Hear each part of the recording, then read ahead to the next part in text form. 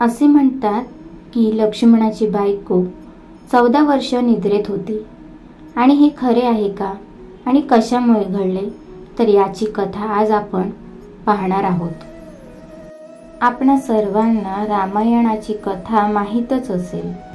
रामायणामध्ये जेव्हा श्रीराम सीतेशी लग्न करतात तेव्हा त्यांचा भाऊ लक्ष्मण हा देखील सीताची धाकटी बहीण उर्मिला यांच्याशी लग्न करतात।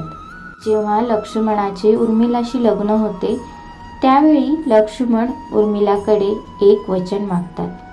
ते वचन असे की त्यांचा मोठा भाऊ राम यांची ते सेवा करतील आणि या कामामध्ये त्यांनी कधीही हस्तक्षेप करू नये। यावर उर्मिला होकार देते। जेव्हा राम सीता समेत वनवासाला जातात तेव्हा लक्ष्मण देखील त्यांच्यासोबत जाण्यास तयार होतो आणि त्यावेळी उर्मिला त्यांना नकार देत नाही, परंतु उर्मिला त्यांच्यासोबत वनवासाला जात नाही।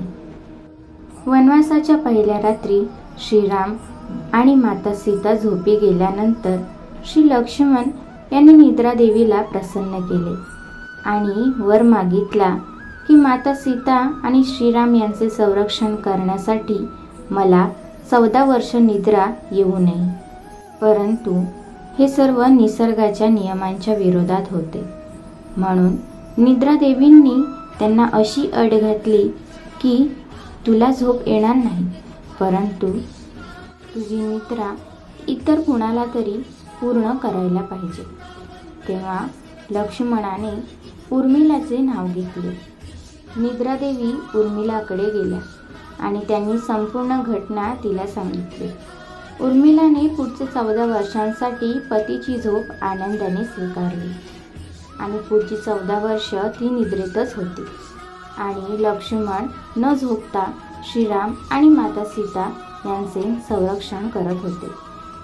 4 बहिणींपैकी फक्त उर्मिला आपल्या पतीला 14 वर्ष पाहू शकली नाही आणि कोणतीही अडचण किंवा तक्रार न करता ती झोपेत एकटीच राहिली। तुम्हाला ही कथा कशी वाटली कमेंट करून जरूर कळवा। आवडली असल्यास लाईक आणि शेअर करायला विसरू नका। तुम्हाला कोणती कथा ऐकायला आवडेल हे आम्हाला कमेंटमधून जरूर कळवा। भेटूया पुन्हा एका नवीन कथेसह, तोपर्यंत धन्यवाद।